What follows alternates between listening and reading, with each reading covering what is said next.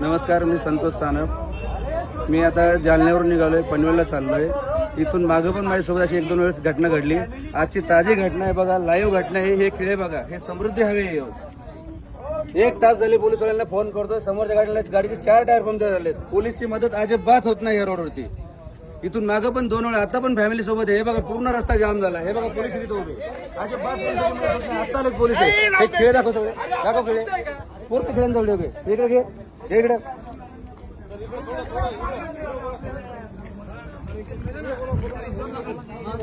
भाऊ, इथून मागून माझ्यासोबत अशा घटना 2 वेळा झाल्यात. तेव्हा पण मी पोलिसांना फोन केला, अजिबात पोलिसांची मदत होत नाही. मी आता जालन्यावरून निघाले, मला पनवेलला जायचंय.